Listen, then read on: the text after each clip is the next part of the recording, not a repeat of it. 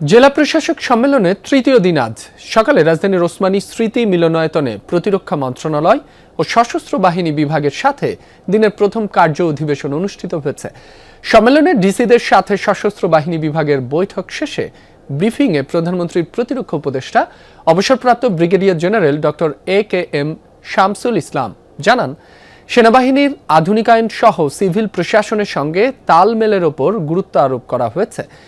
তিনি বলেন, সরকার তার দায়বদ্ধতার জায়গা থেকে সশস্ত্র বাহিনীকে জনগণমুখী বাহিনীতে পরিণত করার জন্য ডিসিদের যে অবস্থান থাকার কথা সেই দিক নির্দেশনা দেওয়া হয়েছে।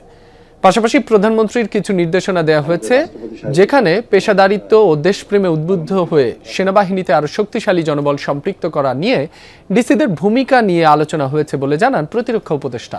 বিগত নির্বাচনে সেনাবাহিনী ও জেলা প্রশাসকরা যে সম্পর্ক বজায় রেখে কাজ করেছে সেটাকে জোরদার করা এবং পারস্পরিক আস্থা ও বিশ্বাস নিয়ে আলোচনার কথাও জানান তিনি।